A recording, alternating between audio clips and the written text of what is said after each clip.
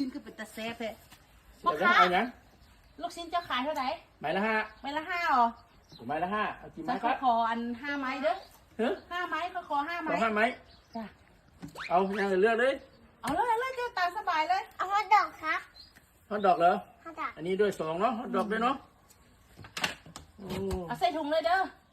ไม่ต้มมา เอาสีแดงเนาะเอาสีเอาใหญ่ๆอันหนึงเนาะ ครับ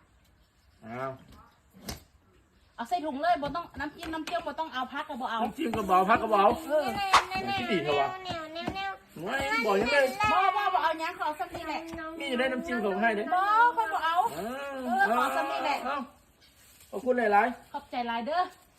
ตู้ได้ตั้ง5 ไหมบุญละป้าค่ะ ๆอ้าวนี่นี่มาจ่ายเงินก่อน เอาก็ค่อยขอเจ้าบ่แม่นหรอกค่อยบ่แม่นว่าค่อยมาซื้อได้ ไม่มาจ่ายเงินก่อน โอ้ค่อยขอเจ้าให้ค่อยตั้ง5 ไหมบุญละป้าคือใจดีแท้ โอ้ยใหญ่นี่มาจ่ายเงินก่อนเนี่ยโอ้ไปซื้อไอ้บาทนี่ เอ